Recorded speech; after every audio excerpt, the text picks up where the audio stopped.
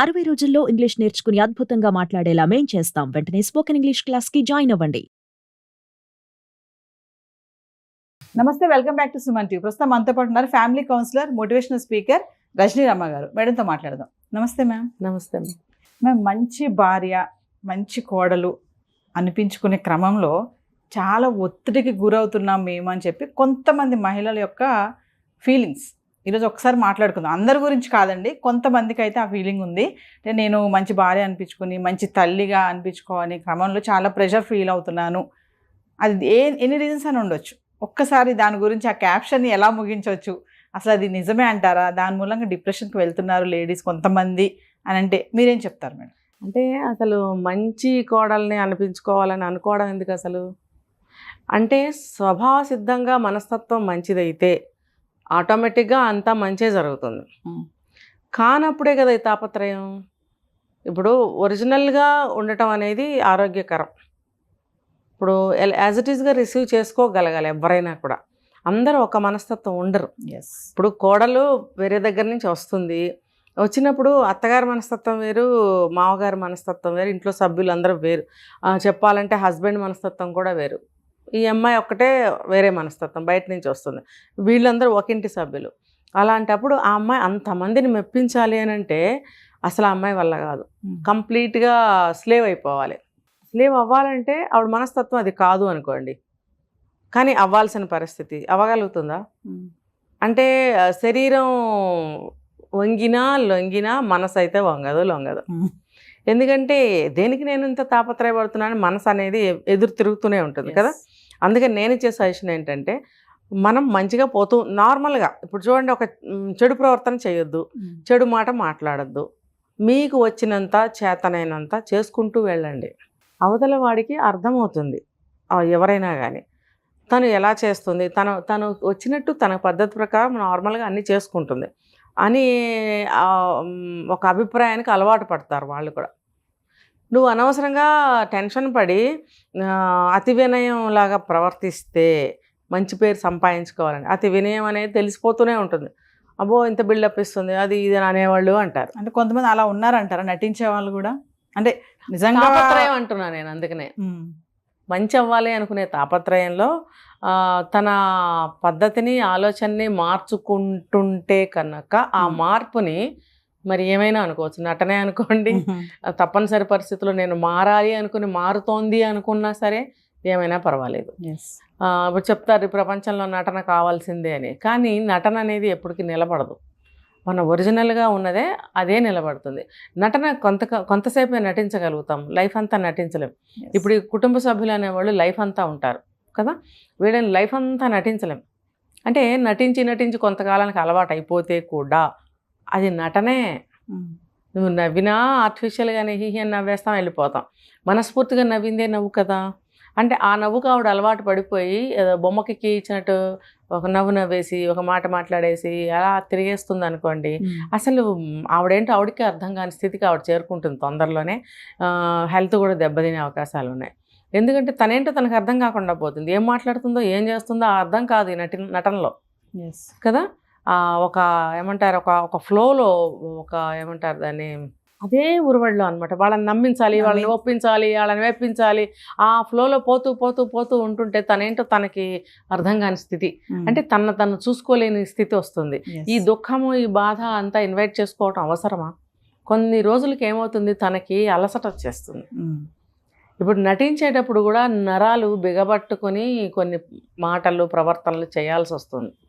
ఆ టెన్షన్ తోటి ఆ టెన్షన్ విడిపోయిన తర్వాత ఎంత నీరసం అనిపిస్తుందో తెలుసా.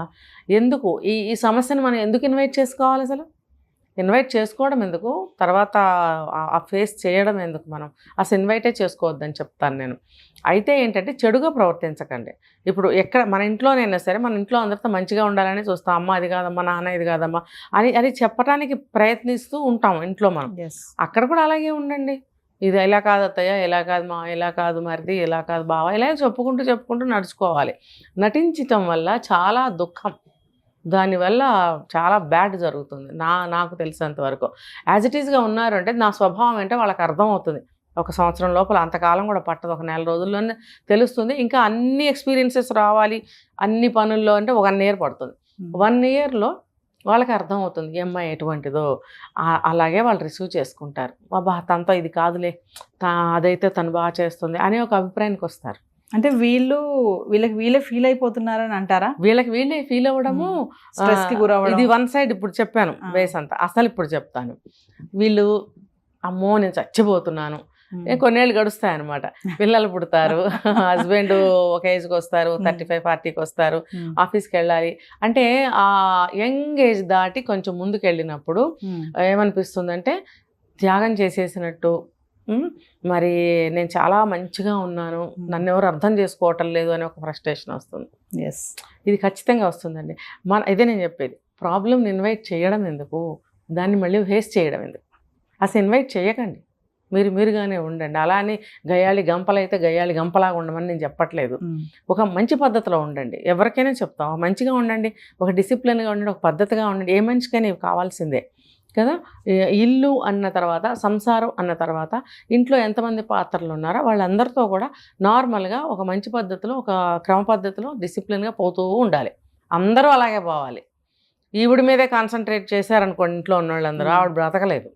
అందుకని వాళ్ళు కూడా ప్రతిదానికి కోఆపరేట్ చేస్తూ వాళ్ళకి సహకరిస్తూ ఉండాలన్నమాట. ఉన్నప్పుడు ఈవిడికి టెన్షన్ ఉండదు, వాళ్ళకి రాదు. తర్వాత ఇక్కడ ఇంకొక వర్షన్ ఏంటి తెలుసా మేడం, మీరు అన్నారు కదా పిల్లలు పుట్టారు, పెద్దోళ్ళు అయ్యారు అంటే అప్పటికి ఈవిడికి ఒక 25 నుంచి 30, 30 నుంచి 40 సంవత్సరాల మధ్యలో ఉన్నారనుకోండి, వాళ్ళంటే ఒక భ్రమలో ఉంటారంట. అసలు మేము బ్రతుకున్నామా లేదా, మాకు అసలు ఏంటి, మా పిల్లలు మమ్మల్ని పట్టించుకుంటున్నారా, నాకు సపోర్టివ్గా ఉంటున్నారా, నా భర్త నన్ను పట్టించుకుంటున్నారా, అదొక ఫీలింగ్ అనుకోవచ్చు అంటారా? సహజంగా ఉంటుందండి. ఎందుకంటే అది ఇంకా పరిణితి చెందని వయసులో ఉన్న పిల్లలు, టీనేజ్ కంప్లీట్ అవ్వాలి. ఈ లోపల వాళ్ళకి ప్రతి ఒక్కటి తెలియజేయాల్సిన ఆవశ్యకత, నేర్పాల్సిన అవసరం తల్లిదండ్రులకే ఉంటుంది. ఇప్పుడు తల్లి హౌస్ వైఫ్, తండ్రి ఆఫీస్ అనుకోండి, ఆటోమేటిక్గా మొత్తం 75% బాధ్యత తెలియకుండానే భార్య మీద వచ్చి పడుతుంది. ఇంట్లోనే ఉంటుంది కదా, అన్నీ చూసుకోవాల్సిన అవసరం పడుతుంది. అదే తాళాలేసి మటుకు వాళ్ళు వెళ్ళిపోయారనుకోండి, అదేం ఉండదు. ఇంట్లో ఉన్నప్పుడు ఎన్నో చూసుకోవాలి. ఇంటికి ఎవరో ఒకళ్ళు వస్తుంటారు, పనివాళ్ళు, కూరల వాళ్ళు, పిల్లలు, వీళ్ళు, పక్కింటి వాళ్ళు, చుట్టాలు, లేకపోతే ఇంట్లో అత్తమామలు ఉంటే వాళ్ళు, ఇవన్నీ కూడా చూసుకోవాల్సిన అదే బాధ్యత ఆవిడ మీదే ఉంటుంది. అంటే మెయిన్ పిల్లర్ లాగా, సెంటర్ పిల్లర్ అని చెప్పుకోవచ్చు.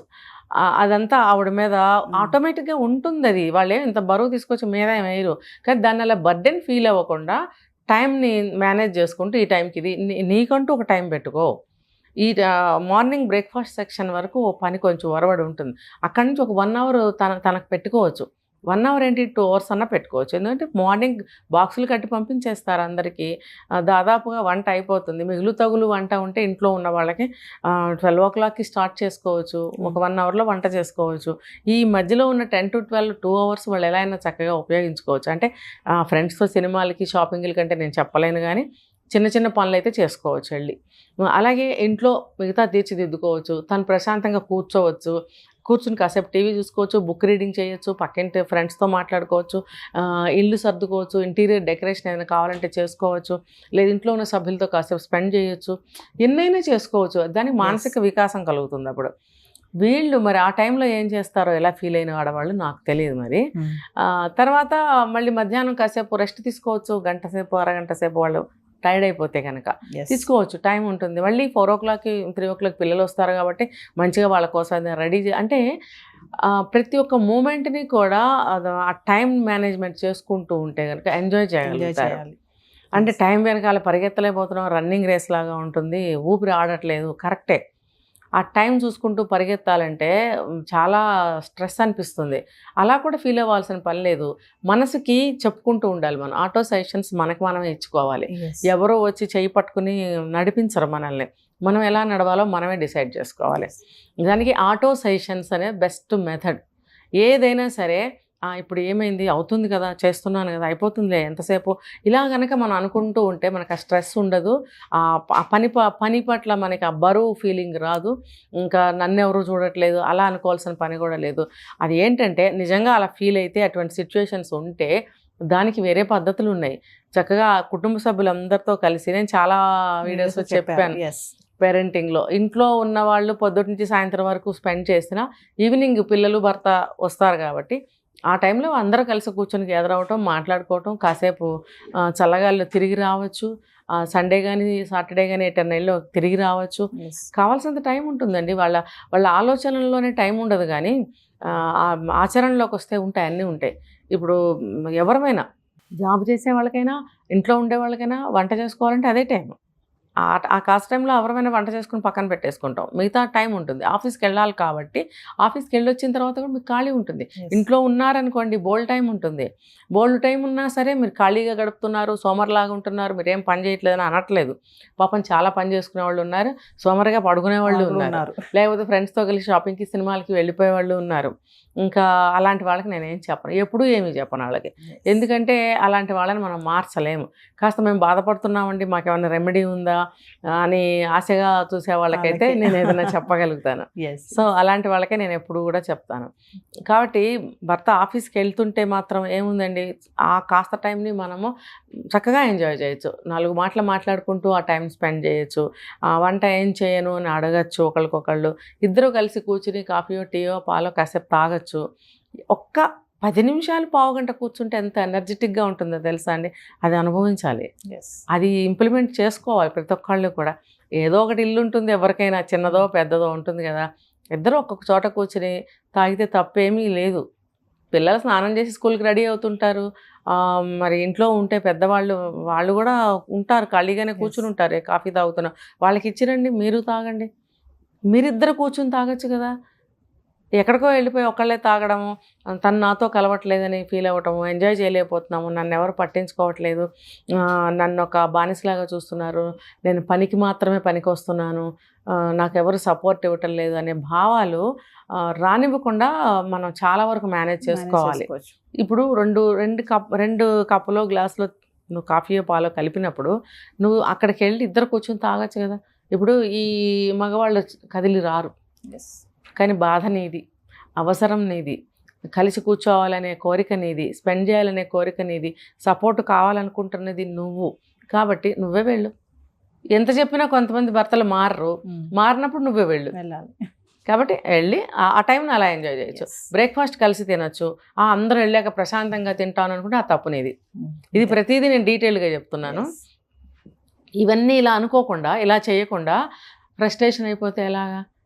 ఎంజాయ్ చేసుకుంటూ కదా. నాకు పిల్లలు సపోర్ట్ లేరు అంటే వాళ్ళకి ఇంకా పరిణతి చెందిన వయసు. వాళ్ళకి సాయంత్రం ఏ ఏజ్కి ఆ పాఠం అంటే స్కూల్ పాఠాలు కాదు, జీవితానికి సంబంధించిన పాఠాలు తనకి తెలిసినంతలో, తన ఎక్స్పీరియన్స్కి ఉన్నంతలో పిల్లలకి అన్నీ మంచి నేర్పుకుంటూ ఉండాలి. ఇంట్లో ఉన్న పెద్దవాళ్ళు కూడా పిల్లలకి మంచి నేర్పడానికి ప్రయత్నించాలి. కానీ మీ అమ్మ ఇలా చేసిందిరా, మీ అమ్మ మాట మీ నాన్న వింటాడు, మమ్మల్ని అసలు పట్టించుకోవట్లేదు అని ఉన్నవి లేనివి పిల్లలకి చెప్పే పెద్దవాళ్ళు ఇళ్లలో చాలామందికి ఉంటారు. అది ఒక మానసికమైనటువంటి కుంగుబాటు లేడీస్కి. పెద్దవాళ్ళు కూడా సహకరించాలి. ఇలాంటి పనులు మాటలు పిల్లలతో చేయకండి. ఇంకా చెప్పాలంటే అయ్యా బాబు కాస్త ఆడుకుని రండిరా, ఏదైనా కథ చెప్తానురా అని అంతవరకే చూసుకోవాలి. కానీ వాళ్ళని కూర్చోబెట్టి ఇలాంటి మాటలు చెప్పకూడదు. మిగతా టైము వీళ్ళు స్పెండ్ చేసి పిల్లలకి మంచి నేర్పుకొని ఇలా ఉన్నట్టయితే ఏ ఫ్రస్ట్రేషన్ ఉండదు. వాళ్ళకి ఒక వయసు వచ్చిన తర్వాత అన్నీ నేర్పుకోవచ్చు. ఏది నాకు సపోర్ట్గా మీరు ఉండాలి, లేకపోతే మీరు ఏదైనా సరే నాతో షేర్ చేసుకోవాలి అనే ఈ విషయాలన్నీ కూడా ప్రతిరోజు ఇలా నేర్పుతుంటే పిల్లలకి ఆటోమేటిక్గా ట్రైన్ అవుతారు. ఇటువంటి సమస్య రాదు. అప్పుడు డిప్రెషన్కి వెళ్ళాల్సిన పని కూడా అసలు ఆ టైం సరిపోదు. ఇంకా ఆ స్పెండ్ చేసే దాంట్లో ఈ టైంకి ఇలా స్పెండ్ చేయాలి, ఈ టైంకి ఇలా స్పెండ్ చేయాలి, ఈ టైంకి ఇలా స్పెండ్ చేయాలి అని టైం మేనేజ్మెంట్ చేసుకుంటూ వెళ్తున్నట్టయితే కనుక అసలు నీకు ఫ్రస్ట్రేట్ అవ్వడానికి, డిప్రెషన్ అవ్వడానికి టైం ఎక్కడ లేదు.